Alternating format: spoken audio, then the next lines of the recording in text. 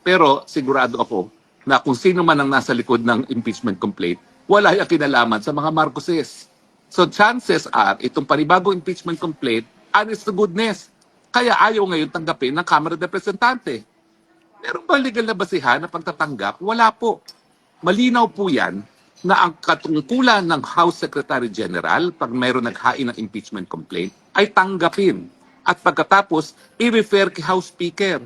Ang House Speaker naman, within 10 days, i-include sa order of business at i-refer sa Committee on Justice.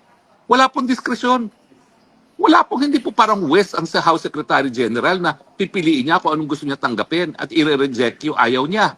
Hindi po pwede na tatanggapin lang yung moro-moro na impeachment at kapag masustansya na impeachment, hindi nakatatanggapin. Yan po ilabag sa saligang batas. Wala pong ganyang kapangyarihan ang House Secretary General. Dahil unang-una, wala namang mandato yung House Secretary General na yan. Hindi naman yan halal ng bayan. Yan ay appointee lamang ng speaker.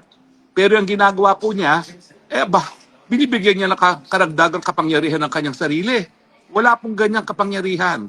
Shall ang sinasabi ng Constitution. Shall refer the impeachment complaint forthwith sa tanggapan ni Speaker at si Speaker naman ang magre-refer dyan sa order of business doon sa plenaryo nang ma-assign ng kaagad sa Committee on Justice.